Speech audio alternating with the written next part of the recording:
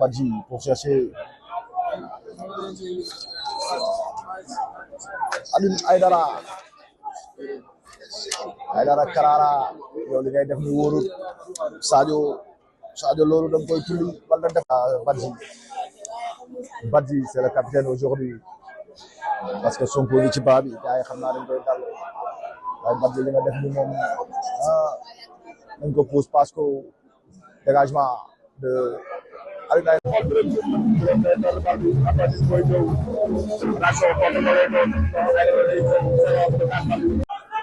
place bu baax baa nga noonu Sadio mooy doxal ca ginnaaw cherche Aïdara Karara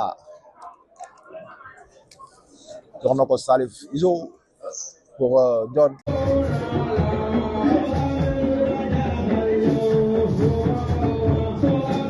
Rapidement Mortala Gueye may pour Aïdara Karara Aïdara lan lay def Aïdara Mansour Camara day ñëw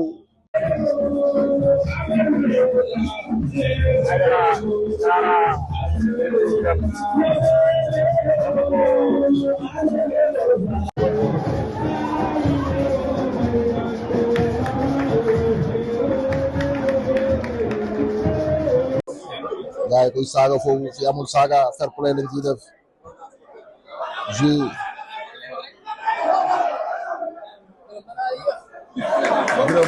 yàgg nga parce que soo may laaj may koor loolu jamonoy Mathusalem la fii ñu ngi ci jamonoy 2026 ay gone fi nekk ay ñoom mbay de ñoom Neres leen char nen ne sax tey daa seeraan si pousser les Juliers pour la victoire. On est à la 20e minute de jeu ici au stade.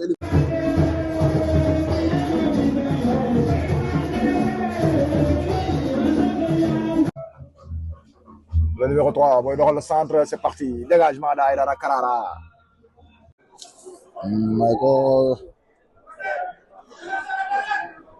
Michael n'est pas pour Senghor à nouveau. Senghor qui change de côté. Pour Salif Sow. Salif pour Mort.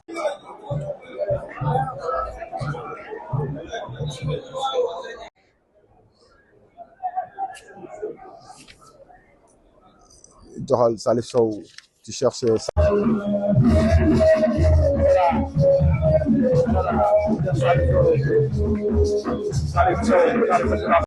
et ça doit pas être le cas. Il doit être en mesure de le chercher au niveau des intervalles. Il doit être en mesure de chercher des appels et trouver au niveau des appels. Deuxième ballon récupéré Mohamed Diop. Attention Gakou, dans la poitrine, Gakou la passe pour aller chercher Mohamed, mais il faut trouver Alioune Aïdara. C'est arrogant, c'est un gosse qu'on vient de découvrir.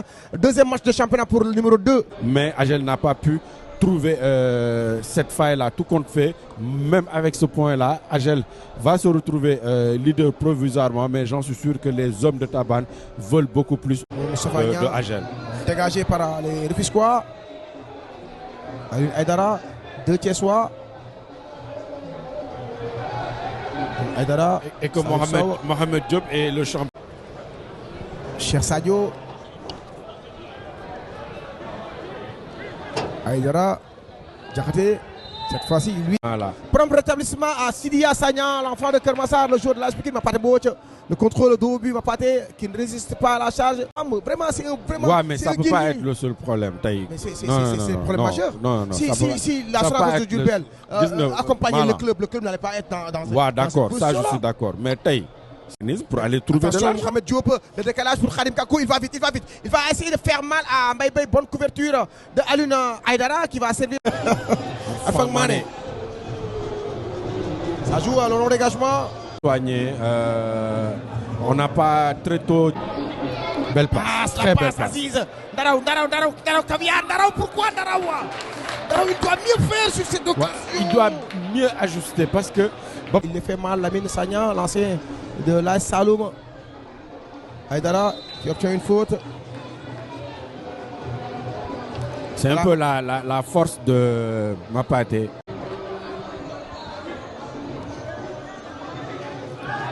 Le tacle de Alioune Aïdara. C'est le duel de ce match-là. Ils ont commencé dès la première minute et ils sont allés jusqu'à la 97e minute.